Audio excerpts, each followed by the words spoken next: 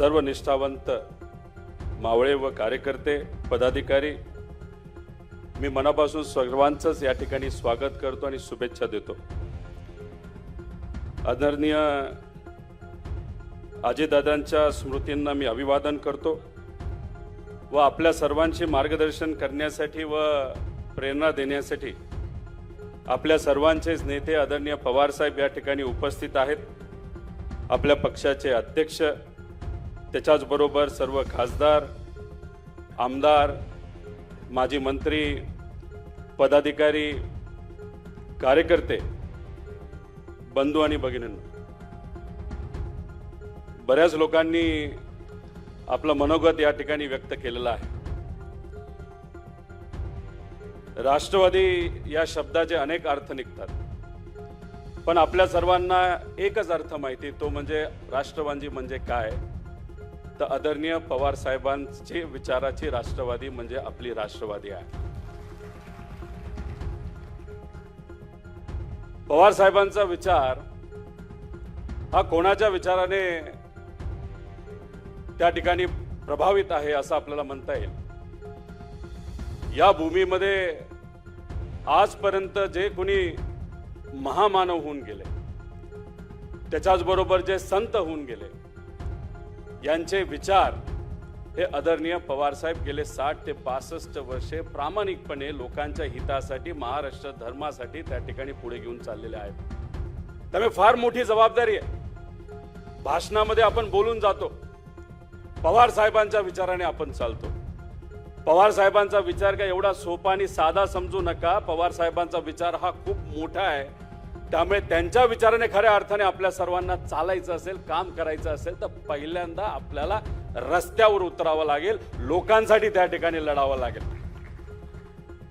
बरेच लोक म्हणतात आता आपण विरोधात आहे, संघर्ष कसा करायचा, काय करायचं काही कळत नाही। कुणी संघर्ष केला नाही हो आजपर्यंत। छत्रपती शिवाजी महाराजांना संघर्ष करावा लागला, संत श्रेष्ठ ज्ञानेश्वर महाराजांना त्या ठिकाणी संघर्ष करावा लागला, संत श्री तुकाराम महाराजांना संघर्ष करावा लागला, पुण्यश्लोक अहिल्यादेवींना त्या ठिकाणी संघर्ष करावा लागला, महात्मा फुले असतील, क्रांतिज्योती सावित्रीमाई फुले असतील, विश्वरत्न डॉक्टर बाबासाहेब आंबेडकर असतील, लोकशाही अण्णाभाऊ साठे असतील, या सर्व महामानवांना संघर्ष करावा लागला। खरं तर मगाशी डॉक्टर अमोल कोल्हेंचं भाषण मी ऐकत होतो। काही महिन्यांपूर्वी त्यांच्याशी मी खूप डिटेलमध्ये संवाद साधला। छत्रपती संभाजी राजेंच्या खरे विचार काय होते, त्यांनी संघर्ष काय केला, हा लोकांसमोर खऱ्या अर्थाने कुणी पहिल्यांदा आणला असेल तर ते म्हणजे आपले डॉक्टर कोल्हे। आणि सरळ सोप्या भाषेत टीव्हीवर मालिकेच्या माध्यमातून, आणि त्या सगळ्या मालिका बघितल्यानंतर लोकांना कळालं की खरंच छत्रपती संभाजी राजेंचं कर्तृत्व किती मोठं होतं। आणि मग ती मालिका संपल्यानंतर त्यांनी कुठला विचार हातामध्ये घेतला, तर महात्मा फुले आणि क्रांतिज्योती सावित्रीमाई फुलेंचा विचार हातामध्ये घेतला आणि त्यांनी एक खूप मोठी मालिका तिथं नियोजन केलं। आणि फक्त तिथंच थांबणार आहेत असं नाही, त्यांनी सांगितलं पुण्यश्लोक अहिल्यादेवी होळकरांच्या नावाने सुद्धा त्यांचं जे काय खरं काम आहे ते लोकांसमोर यावं, यासाठी सुद्धा त्यांनी तिथं प्लॅनिंग केलंय आणि छत्रपती शिवाजी महाराजांसाठी सुद्धा त्यांनी तिथं प्लॅनिंग केलंय। पण त्यावेळेस बोलत असताना त्यांनी सांगितलं अनेक अडचणी आणल्या जातात, फंडिंग रोखलं जात आहे, ही मालिका कशी लोकांसमोर येणार नाही, महात्मा फुलेंचे विचार लोकांसमोर कसे जाणार नाही, यासाठी अनेक मोठी ताकदवान लोक तिथं प्रयत्न करत आहेत। पण 4-5 महिन्यापूर्वी आमचं जे संभाषण झालं होतं, मला असं वाटलं की ठीक आहे आता सगळं नॉर्मल चालू आहे, जिथं कुठं जाईल तिथं ही चर्चा आम्हाला ऐकायला मिळते। काही दिवसांपूर्वी माझ्या एका आत्याचं ऑपरेशन झालं, त्यांच्याशी संवाद साधत होतो। त्यांनी म्हणाले की आता चल मला मालिका बघायला जायचं। म्हणलं कुठली? ते म्हणले महात्मा फुले आणि आपले क्रांतिज्योती सावित्रीबाई फुलेंची, डॉक्टर अमोल कोल्हेंची मालिका ती आता मला बघायला जायचं। म्हणजे रेग्युलरली ही मालिका बघणारे लाखो करोडो लोक आहेत। आणि ती मालिका आज जर थांबवली जात असेल तर एक तुम्ही समजून घ्या, फक्त मालिका थांबवलेली जात नाही तर विचार त्या ठिकाणी थांबवण्याचा प्रयत्न काही लोक तिथे करत आहेत। अहो त्या काळात या महान मानवांनी तिथे परिश्रम घेतले, कष्ट घेतले एक मनुवादी विचार जो त्या काळामध्ये अशा विचाराला दाबत होता, त्या विचाराच्या विरोधात हे सर्व महामानव लढले. म्हणून आज आपण सर्वजण शिकू शकलो आणि बोलू शकतो. माझी पणजी शिकली, माझी आजी शिकली, माझी आई शिकली, माझी बहीण, माझी पत्नी, आता माझी मुलगी तिथे शिकत आहे. तर हे कोणामुळे असेल तर हे महात्मा फुले आणि क्रांतीज्योती सावित्रीमाई फुलेंमुळे. मला माहित नाही डॉक्टर कोले ही सेवा मान्य करतील का नाही करतील, पण डॉक्टर तुम्ही बोललात की 15 जूनला तुमची मालिका संपते आणि तुम्ही युट्यूब नाही तर कशाही पद्धतीने तुमची मालिका आणि हे जे विचार आहे महामानवांचे ते पुढे घेऊन चालला आहात. तर माझ्या परिवाराकडनं आणि माझ्या कंपनीकडनं आज या ठिकाणी सेवा म्हणून, फुल नाही तर फुलाची पाकळी म्हणून, कारण का कर्तृत्व इतकं मोठं आहे, किती दिलं तरी कमी आहे, तरी माझ्याकडनं आणि माझ्या परिवाराकडनं आणि माझ्या कंपनीकडनं 50 लाख रुपये आज या ठिकाणी तुमच्या या महत्वपूर्ण कामासाठी त्या ठिकाणी सेवा म्हणून देत आहे. नक्कीच हा आकडा कमी आहे आणि मी तुम्हाला सांगतो याच्या पुढे या महाराष्ट्रातून कुणी 100 रुपये देईल, कुणी 50 रुपये देईल, कुणी लाखभर रुपये देईल, नाही तर कुणी करोड रुपये देईल, पण हा जो विचार आहे तो लोकांपर्यंत घेऊन जाण्यासाठी करोडो लोक तुमच्या बरोबर आहेत. हे या ठिकाणी या व्यासपीठावर खरं तर मी सांगतो. काही दिवसांपूर्वी पुण्यश्लोक अहिल्यादेवी होळकरांची जी जन्मभूमी माझ्या मतदारसंघामध्ये येते तिथं मी गेलो होतो. धांगडधिंगा करणारी काही लोक तिथं होती. पुण्यश्लोक अहिल्यादेवी होळकरांच्या स्मृती समोर राजकीय गाणी लावली होती. आमच्यात वाद झाला, पण आम्ही शांत होतो. आम्ही कोणाला आई बहिणीवरनं शिव्या त्या ठिकाणी दिल्या नाही. आणि मग हा वाद झाला, सगळं झालं, चर्चा झाली टीव्हीवर. आणि मग दुसऱ्या दिवशी काही राजकीय नेते आणि सामाजिक कार्यकर्ते तिथे आले आणि म्हणाले रोहित पवारांना काय अधिकार आहे आमच्या पुण्यश्लोक अहिल्यादेवी होळकरांच्या जन्मभूमीमध्ये येण्याचा. अहो मला त्यांना सांगायचे जाती जातीमध्ये आणि धर्माधर्मामध्ये महामानवांना त्या ठिकाणी वाटू नका. पुण्यश्लोक अहिल्यादेवी होळकर ह्या सर्व समाजाच्या जाती धर्माच्या आई समान आहेत आणि आम्हाला अधिकार आहे त्यांच्या विचारावर आणि त्यांच्या कर्तृत्वावर. तसंच क्रांतीज्योती सावित्रीबाई फुले, तसंच आपले जिजाऊ असतील, तसंच इतरही सर्व महामानव हे आपल्या आई समान आहेत. त्यामुळे कुणीही जाती जातीमध्ये धर्माधर्मामध्ये महामानवांना त्या ठिकाणी वाटलं गेलं नाही पाहिजे. त्यामुळे आपल्या तालुक्यात, आपल्या जिल्ह्यात जिथं कुठं आपण कार्यक्रम घ्याल अशा पद्धतीनेच कार्यक्रम घ्या ज्याच्यामध्ये समावेशक विचार त्या ठिकाणी आपल्या सर्वांना बघायला मिळाले पाहिजे. मगाशी महामानवांनी काय संघर्ष केला हे तुम्हाला मी सांगितलं आणि अनेक लोकांनी त्या ठिकाणी सांगितलं. पण आपण ज्या नेतृत्वाकडे बघतो त्या नेतृत्वाने सुद्धा काही कमी संघर्ष केला नाही. अहो माझं वय 40, पवार साहेबांचा अनुभव 65 वर्षाचे राजकीय आणि सामाजिक, म्हणजे एवढा मोठा अनुभव हा पवार साहेबांचा. अनेक वर्ष सत्तेत होते, पण अनेक वर्ष विरोधात सुद्धा होते. सत्तेत असताना, मंत्री असताना अनेक लोकहिताच्या, महाराष्ट्राच्या हिताच्या त्या ठिकाणी पॉलिसीज या पवार साहेबांनी त्या ठिकाणी केल्या. आणि विरोधात असताना दुसऱ्या दिवशीपासून घरी न बसता लोकात जाऊन त्या ज्या काही पॉलिसी असतील, जी धोरणं सत्तेत असताना लागू केली ती खऱ्या अर्थाने लोकांपर्यंत पोहोचलीत का नाही पोहोचली बघणारा आपला हा नेता आहे. एवढा मोठा नेता त्या ठिकाणी आहे आणि त्यांनी संघर्ष खूप, म्हणजे गोवा मुक्ती संग्रामासाठी लहान असताना सुद्धा त्यांनी पहिल्यांदा संघर्ष त्या ठिकाणी केला. 1986 साली सीमा लढ्यामध्ये बेळगाव मध्ये जाऊन त्या ठिकाणी तिथं असणाऱ्या मराठी बांधवांसाठी लाठी सुद्धा या आपल्या पवार साहेबांनी त्या काळामध्ये तिथं खाल्लेल्या आहेत. त्याच्याबरोबर मंडल आयोगाची अंमलबजावणी करणारा देशात पहिलं राज्य हे आपलं होतं. त्या काळामध्ये सुद्धा काही प्रमाणात राजकीय किंमत आदरणीय पवार साहेबांना मोजावी लागली. त्याच्याबरोबर मराठवाडा विद्यापीठाची जर नामांकन असेल, त्याच्याबरोबर महिला आरक्षण, महिला वडिलोपार्जित संपत्तीमध्ये वाटा, असे अनेक काही निर्णय आदरणीय पवार साहेबांनी घेतले. कृषी मंत्री असताना सुद्धा त्यांनी त्या ठिकाणी निर्णय घेतला, महिला आरक्षणाचा निर्णय त्याच्यामध्ये घेतला. आणि या सगळ्या निर्णयामध्ये एक तर ते महाराष्ट्राबद्दल विचार करत होते आणि त्यांनी त्यांच्या पिढीचा फक्त विचार केला नाही तर त्यांच्या पुढच्या पिढीचा केला. करीबन 10-15 पिढी पुढचा विचार केला. राजकीय किंमत त्यांना मोजावी लागली, पण आदरणीय पवार साहेबांनी राजकारणाचा कधी विचार केला नाही. फक्त फक्त लोकांचा, महाराष्ट्र धर्माचा, महाराष्ट्राचा आणि सामान्य लोकांचा विचार त्या ठिकाणी केला. आज छोटे मोठे काही कार्यकर्ते सत्तेत असणारे मोठे मोठे नेते आसपास ठेवतात, त्यांना मंत्रीपद देतात, त्यांना बरंच काय ठेवतात।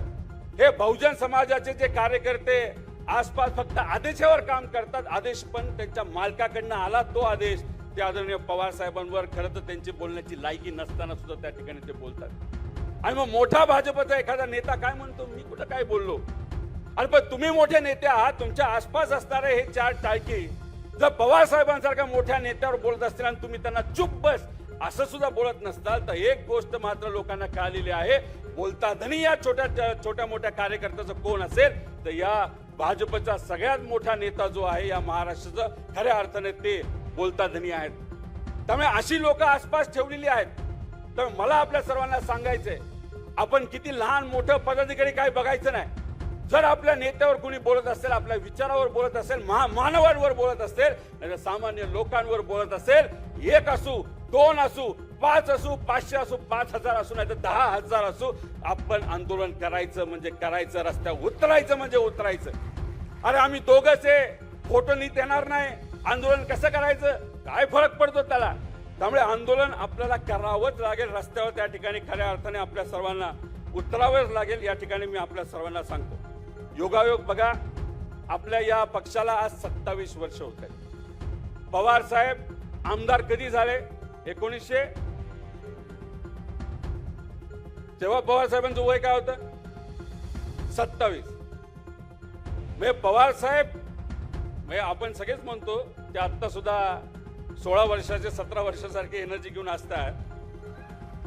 म्हणजे या वयामध्ये पवार साहेबांची ऊर्जा आणि ताकद बघा। महाराष्ट्राच्या कानाकोपऱ्यात कुठेही काही टूक वाजलं आणि सामान्य लोकांना अडचण झाली तर पवार साहेब म्हणतात गाडी काढा, मला तिथं जायचं या वयामध्ये। मग 27 वयाच्या आदरणीय पवार साहेब असताना त्या काळामध्ये काय असेल हे त्या ठिकाणी आपल्या सगळ्यांना समजून घ्यावं लागेल। आणि एक गोष्ट आहे, तर आपला नेता एवढा धडाडीचा असेल, आपलं वय काही असलं, 10 असू द्या, 15 असू द्या, 25 असू द्या, 30 असू द्या, 100 असू द्या, तरी येत्या काळामध्ये या नेत्याची प्रेरणा घेऊन आपल्याला रस्त्यावर उतरावं लागेल, लोकांसाठी त्या ठिकाणी लढावं लागेल। जर कोणाच्या हातामध्ये काठी असेल तर काठी घेऊन या, पण लढावत तर त्या ठिकाणी आपल्या सर्वांना लागेल, कारण का संघर्ष केल्याशिवाय यश कधी येत नाही। मगाशी खासदार काळे साहेबांनी आपल्याला सांगितलं, असे अनेक उदाहरण आहेत की एक व्यक्ती, एक पार्टी आणि लोकांनी त्या ठिकाणी पाठिंबा दिलेला आहे। अहो आजची देशाची परिस्थिती मी तुम्हाला सांगतो, आर्थिक दृष्टिकोनातून अतिशय हलाखीची झालेली आहे। सुरुवातीला 2014ला या देशावर कुठेतरी 20-25 लाख कोटीचं तिथं लोन होतं। आज आपण 200 का 210 लाख कोटीवर आपलं लोन गेलेलं आहे। काही दिवसांपूर्वी आपल्या देशाचं जे काही डॉलर आणि रुपी याचं समीकरण नीट ठेवण्यासाठी आपल्या देशाने 1,10,000 कोटी रुपयाचं सोनं आरबीआयने त्या ठिकाणी विकलेलं आहे। तर किती नाही म्हणले तरी हे त्या ठिकाणी खरं आहे। आणि आज खऱ्या अर्थाने लोकांना सहकार्य करण्याची भूमिका असताना सुद्धा, नाहीतर जरूरत असताना सुद्धा पेट्रोल आणि डिझेलच्या माध्यमातून त्या ठिकाणी मदत केली जात नाही। महाराष्ट्राच्या बाबतीत सुद्धा 1 कोटी महिलांचं लाडक्या बहिणीतून नाव त्या ठिकाणी कमी केलं गेलं। आणि हे जे काय कर्जमाफी त्या ठिकाणी डिक्लेअर झाली ती अतिशय फसवी अशी कर्जमाफी तिथे झाली। युवांना आज नोकऱ्या नाहीत, त्यामुळे हे जे वातावरण आहे हळूहळू ते वाढत जाणार आहे। सोशल मीडिया आणि इतर माध्यमांवर तर ते नक्कीच त्या ठिकाणी वाढत गेलेलं आहे, वातावरण तापलेलं आहे। फक्त विनंती एवढीच आहे, संघटना म्हणून आपल्या सर्वांना काम करावं लागेल। आदरणीय पवार साहेबांनी, तसंच शशिकांत शिंदे साहेबांनी आम्हा सगळ्यांना त्या ठिकाणी आदेश दिले, सुप्रियाताईंनी आदेश दिलेले की पुढच्या 15 दिवसांमध्ये काही प्रमुख ज्या काही संघटनात्मक आपली पदं आहेत त्याच्यामध्ये आपल्याला काही सामान्य कार्यकर्त्यांना, ज्याचं कुठल्याही नेत्याचा कुठलंही नातं नाही, कुठेही त्या ठिकाणी घराणेशाहीचं त्या ठिकाणी नातं नाही, अशा सामान्य परिवारातल्या पदाधिकाऱ्यांना त्या ठिकाणी पुढच्या 10 ते 15 दिवसामध्ये आपल्याला पदं द्यायचे असं त्या ठिकाणी आम्हा सगळ्यांना सांगण्यात आलेलं आहे। त्याच्याच बरोबर जसे कार्यकर्ते महत्वाचे तसे पदाधिकारी महत्वाचे, तसंच आदरणीय पवार साहेबांबरोबर प्रामाणिकपणे जे सर्व शिलेदार उभे राहिले त्याच्यामध्ये आदरणीय अनिल देशमुख साहेब आहेत, जयंत पाटील साहेब आहेत, जितेंद्र आव्हाड साहेब आहेत, आपले अध्यक्ष जे नेहमी लोकांच्या हितासाठी आपल्या पार्टीच्या कर्तृत्वासाठी त्या ठिकाणी लढत असतात असे शशिकांतजी शिंदे साहेब आहेत, शिंगणे साहेब आहेत, राजेजी टोपे साहेब आहेत, असे अनेक मान्यवर त्या ठिकाणी आहेत। त्यामुळे हे शिलेदार खंबीरपणे आदरणीय पवार साहेबांच्या पाठीमागे उभे राहिले, कार्यकर्ते उभे राहिलात, तुम्ही उभे राहिलात, म्हणून आज आपली पार्टी त्या ठिकाणी आहे. काही लोक आपल्या बरोबर पूर्वी सत्तेत होते, आज आपल्यापासून वेगळे झालेत. ते फक्त सत्तेत आहेत म्हणून त्यांचे पदाधिकारी कार्यकर्ते त्यांच्या बरोबर आहेत. एकदा ती सत्ता गेली तर त्या पक्षामध्ये कुणीही त्या ठिकाणी राहणार नाही, हे त्या ठिकाणी मी आपल्या सर्वांना इथं सांगतो.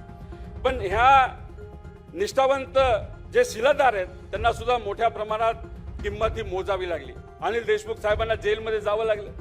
बऱ्याच लोकांना वाटत होतं की देशमुख साहेब जेलमध्ये जातील, बाहेर आल्यानंतर म्हणतील भाजप जिंदाबाद. अजिबात नाही. अतिशय निष्ठावंत आणि विचाराला पक्का असणारा हा नेता आदरणीय पवार साहेबांबरोबर त्या ठिकाणी राहिला.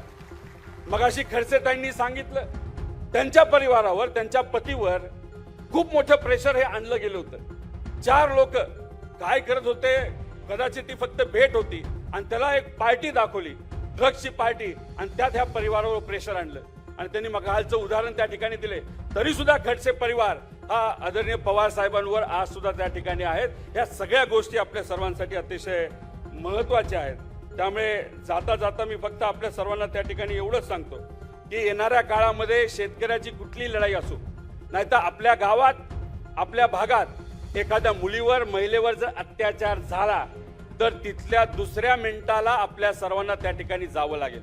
आपल्या एखाद्या कार्यकर्त्यावर, एखाद्या पदाधिकाऱ्यांवर जर तिथं कारवाई झाली नाही तर पोलीस जर तिथं मदत नसेल करेल, सहकार्य करत नसेल, तर तिथं सुद्धा आपल्याला मोठ्या संख्येने जावं लागेल आणि त्या कार्यकर्त्याच्या पाठीमागे उभं राहावं लागेल.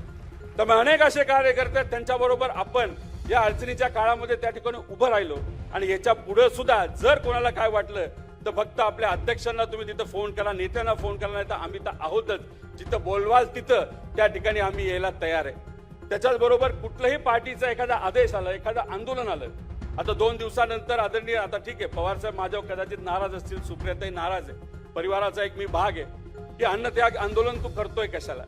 पवार साहेब नक्कीच तुम्ही मला आधी पण सांगितलेलं आहे, आता परत एकदा कधीतरी सांगाल, उद्या, आज, उद्या. पण मला एवढंच सांगायचंय, तुमच्या विचाराने काम करणारे आम्ही कार्यकर्ते आहोत. या वयामध्ये सुद्धा जर महाराष्ट्रासाठी तुम्ही संघर्ष करत आहात तर या कार्यकर्त्याला त्या ठिकाणी तुम्ही परवानगी द्या. परवा काही झालं तरी तिथं आपण अन्नत्याग आंदोलन करणार, म्हणजे करणार, आमच्या शेतकऱ्यासाठी त्या करणार. कारण खऱ्या अर्थाने पवार साहेबांचा विचार घेऊन आम्ही पुढे जाणार आहोत. शशिकांत शिंदे साहेब असतील, सर्व नेते असतील, आपण सुद्धा, आपण आपापल्या जिल्ह्यामध्ये सुद्धा जिल्हाधिकाऱ्यांना त्या ठिकाणी पत्र द्या. खरंच ही फसवी कर्जमाफी आहे. कारण का आपल्याला सवय कशाची, तर पवार साहेबांनी 72,000 कोटीची सरसकटची कर्जमाफी दिली, त्याची आपल्याला सवय. आणि 2019ला महाविकास आघाडी काळात मध्ये सुद्धा आदरणीय पवार साहेबांच्या मार्गदर्शनाखाली सरसकटची कर्जमाफी दिली, त्याची आपल्याला सवय आहे. त्यामुळे हे जे काय अट-तट-बिट आम्हाला कळत नाही, आम्ही तिथं बसणार म्हणजे बसणार. तुम्ही परवानगी द्या, नाहीतर नाही, नका देऊ, पण तिथं बसून आमच्या शेतकऱ्याला तिथं न्याय कसा मिळेल यासाठी आम्ही प्रामाणिकपणे त्या ठिकाणी प्रयत्न करू. आणि आपण प्रामाणिकपणे पुढचे काही दिवस काम करत राहिलो, महिने काम करत राहिलो, कुठली अपेक्षा ठेवू नका. कपडे खराब होत आहेत तर होऊ द्या, जेलमध्ये टाकतायत तर टाकू द्या. आपण गेल्या काही महिन्यांमध्ये कांद्याचं आंदोलन अध्यक्षांच्या मार्गदर्शनाखाली केलं, 2-3 ठिकाणी तिथं केलं. कांद्याचे भाव कुठे 7-8 रुपयाला होते, त्याच्यामध्ये 8 रुपये भाव हे वाढले. तरी अजून हे सरकार कुठेतरी शेतकऱ्याकडे बघत असताना दुजाभावातून त्या ठिकाणी बघतंय. पण पुढच्या 5-6 दिवसामध्ये 24 रुपये कांद्याला भाव कसा जाईल यासाठी संघर्ष आपला कायम त्या ठिकाणी तसाच चालू राहणार आहे. त्याच्याच बरोबर विद्यार्थ्यांचं आंदोलन होतं, युवकांचं आंदोलन होतं. बुलढाण्याला आपण शिंगणे साहेबांनी आपण सगळे तिथं आदिवासी समाजावर अन्याय झाला, तिथं आंदोलन गेलो. शिक्षकांचं आंदोलन होतं. त्यामुळे कुठलंही आंदोलन असेल तर तिथं आपल्याला रस्त्यावर या ठिकाणी उतरावं लागेल आणि प्रामाणिकपणे तुम्ही काम करा. एक गोष्ट मात्र त्या ठिकाणी आपल्या सर्वांना सांगतो, 2029ला आपल्या पक्षाला गृहीत घेतल्याशिवाय या राज्यात कधीही त्या ठिकाणी सत्ता येणार नाही, हे मात्र या ठिकाणी आपल्या सर्वांना सांगतो. आणि ती सत्ता सुद्धा आपल्या विचाराचीच त्या ठिकाणी सरकार, सत्ता आल्याशिवाय राहणार नाही. आणि ज्यांना थोडीफार भीती वाटते त्यांना सांगतो, ते आपल्याला हरू शकतील, आपल्याला घाबरू शकतील, पण एक मात्र खरे, आपण स्वाभिमानी असल्यामुळे आपल्याला मोडू शकत नाही, हे याद राखा. एवढंच या ठिकाणी सांगतो आणि थांबतो. जय हिंद, जय महाराष्ट्र, जय राष्ट्रवादी.